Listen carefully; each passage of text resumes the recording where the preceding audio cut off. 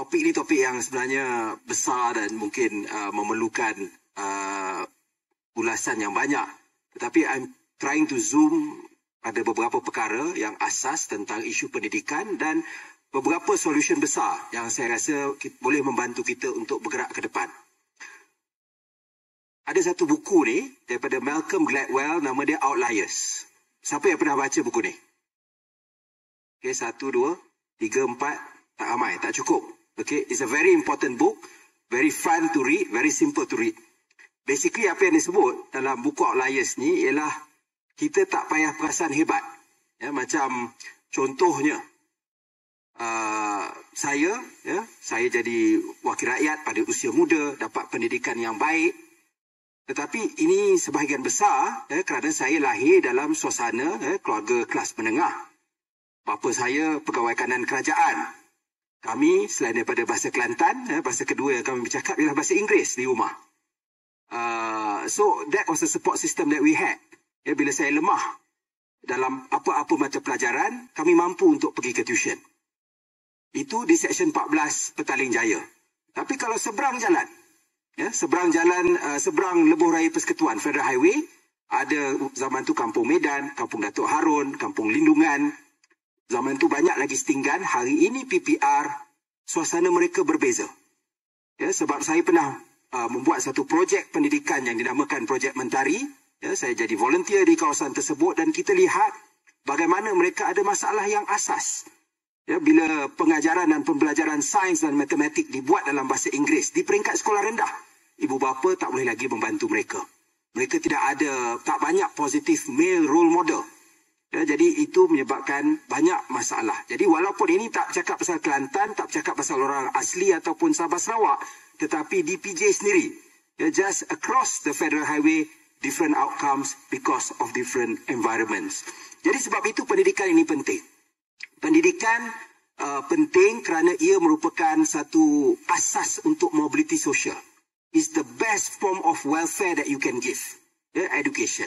Kita tengok bagaimana negara kita mencapai kemajuan ekonomi yang baik antara tahun 70-an sampai 90-an ialah dengan penekanan kepada pendidikan.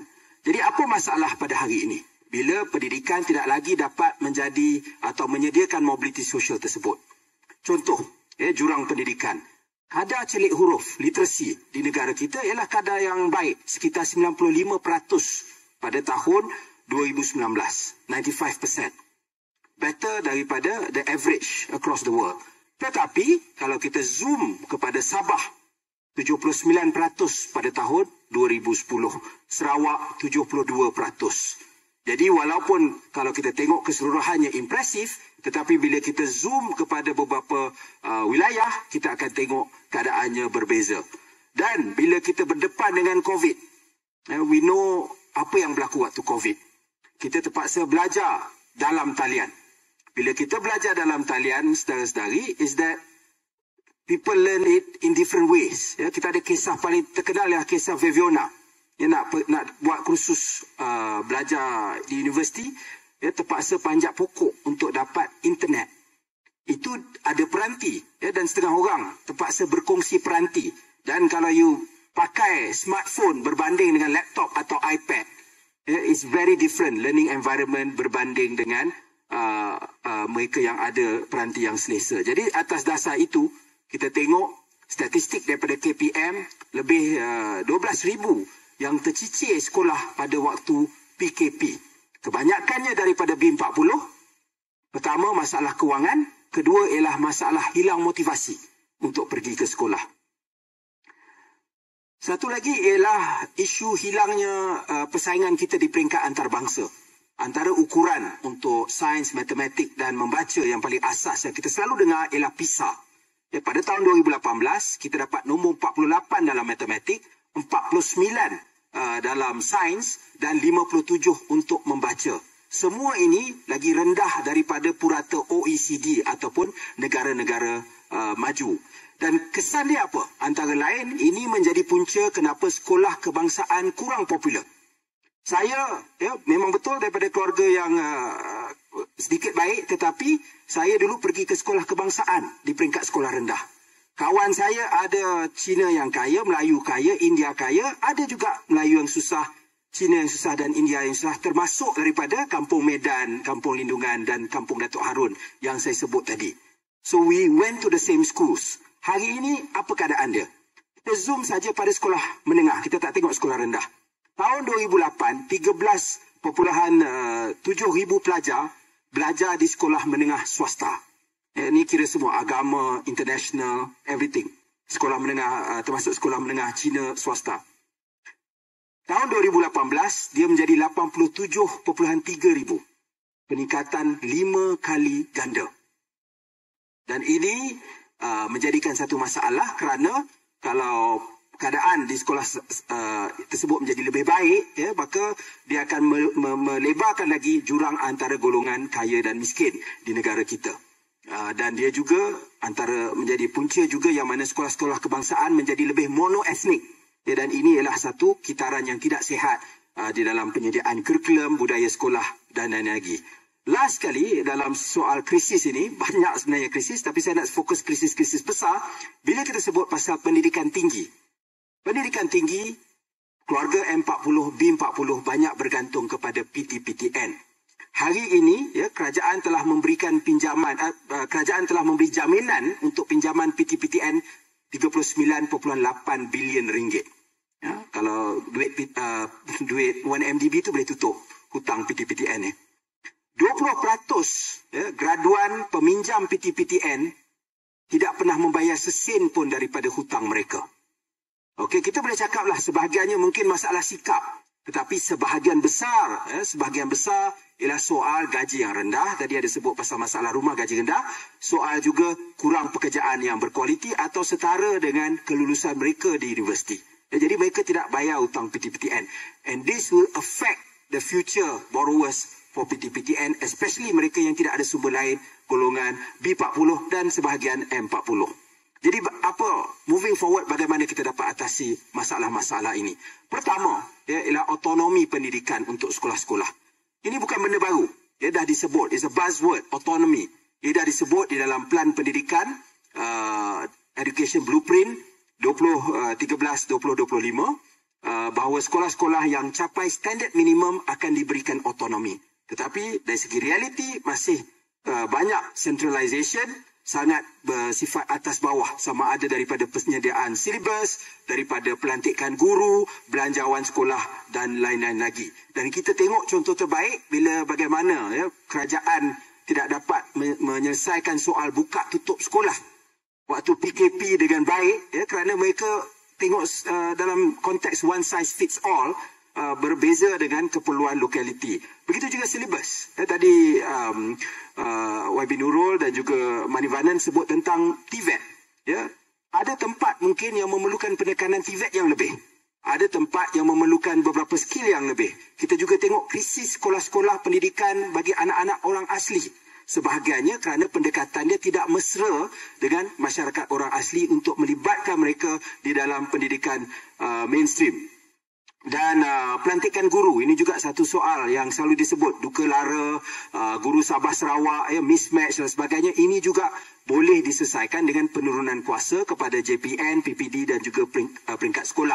Tetapi autonomi ini harus diseimbangkan dengan satu standard yang sangat ketat dan juga accountability.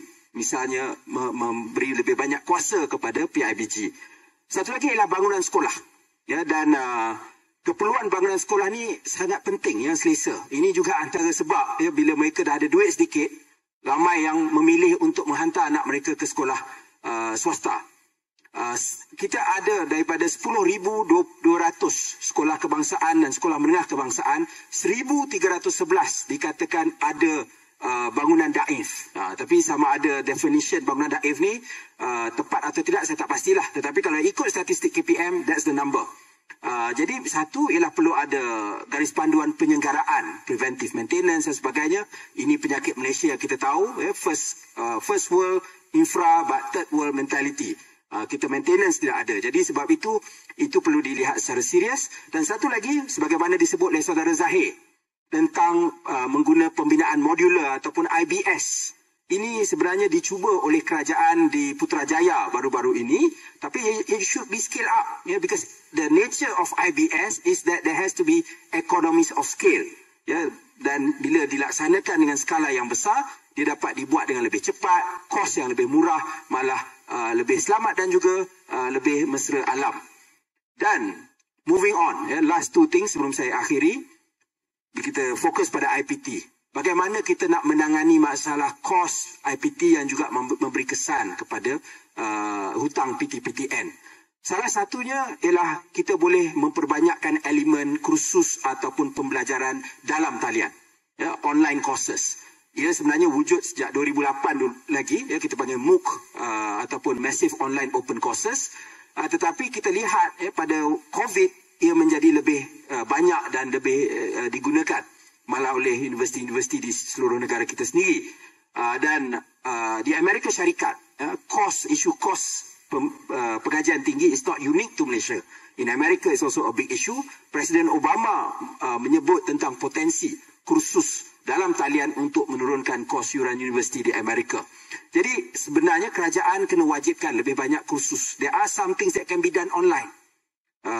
More and more done online to cut the cost of higher education yang disediakan sama ada oleh universiti awam ataupun IPTS. Dan ada lagi, mungkin some boleh dibuat secara hybrid. Lecture dibuat secara online, tetapi tutorial sebab dia perlu berdepan, perlu banyak question and answer dan sebagainya, itu dibuat secara fizikal. Dan that was what was done oleh banyak universiti termasuk di dalam negara kita ketika COVID. Dan last kali is that we need to reform PT-PTN. Sekarang apa faedah yang ada untuk peminjam PT-PTN? Pertama is if you get first class degrees, then it becomes a scholarship. You tak payah bayar. Secondly is that kalau you bayar certain lump sum amount, dia akan bagi discount. Tetapi siapa yang most likely untuk dapat first class degrees? Mereka yang tinggal di Seksyen 14 PJ atau mereka yang tinggal di Kampung Datuk Harun? That is an obvious answer. Biasanya mereka yang lebih senang, lebih likely to get first class degrees. Begitu juga kalau you nak expect lump sum payment, tentulah orang itu orang yang lebih senang berbanding dengan B40. So it's very regressive as a policy, apa yang kita ada hari ini. Sebaliknya, kita boleh buat pelupusan hutang bersasar. We just eliminate if it targeted, mereka di peringkat B40 ataupun jumlah hutang yang besar yang tidak dibayar sekian lama. Because it's something that we have to deal with it anyway. Sebab hutang tu dah jadi terlalu besar dan boleh menarik kita punya sistem kewangan. Dan skim pembayaran progresif berasaskan gaji. Ini seperti Australia dan UK. Contoh, kita bayar hutang PT-PTN hanya lepas dapat 4,000 and it increases progressively as you earn more and more. Satu lagi isu ialah mengetatkan syarat MQA untuk IPTS. Antara punca dia, pada waktu PT-PTN ini dimulakan, tak banyak IPTS. Antara yang besar waktu tu baru start lah, UTP, Uniten dan sebagainya. Tetapi hari ini IPTS terlalu banyak. Dan sebahagiannya memberi kursus yang tidak relevan, memberi kursus terlalu mahal dan tidak memberikan pekerjaan kepada graduan. Dan ini menjadi beban kepada PT-PTN. For so long this was like free money kepada college-college atau universiti ini. Jadi MQA kena ketatkan syarat. Kedua, we have to move forward. Move forward apa? Mungkin kerajaan kena wajibkan tabungan SSPN. Yang savings untuk pendidikan tinggi, untuk masa depan, untuk anak-anak dari saat mereka lahir lagi. Dan last kali, kena bagi lebih banyak lagi beasiswa kepada golongan B40. Because sekali lagi, we go back to the fundamental of education untuk memberi social mobility kepada rakyat kita. Jadi ini sebahagian daripada idea besar saya tentang pendidikan yang saya rasa kita kumpul daripada volunteer-volunteer Ayuh Malaysia, dan saya berharap with all your effort kita mampu laksanakan bila we get the chance to do so. Terima kasih.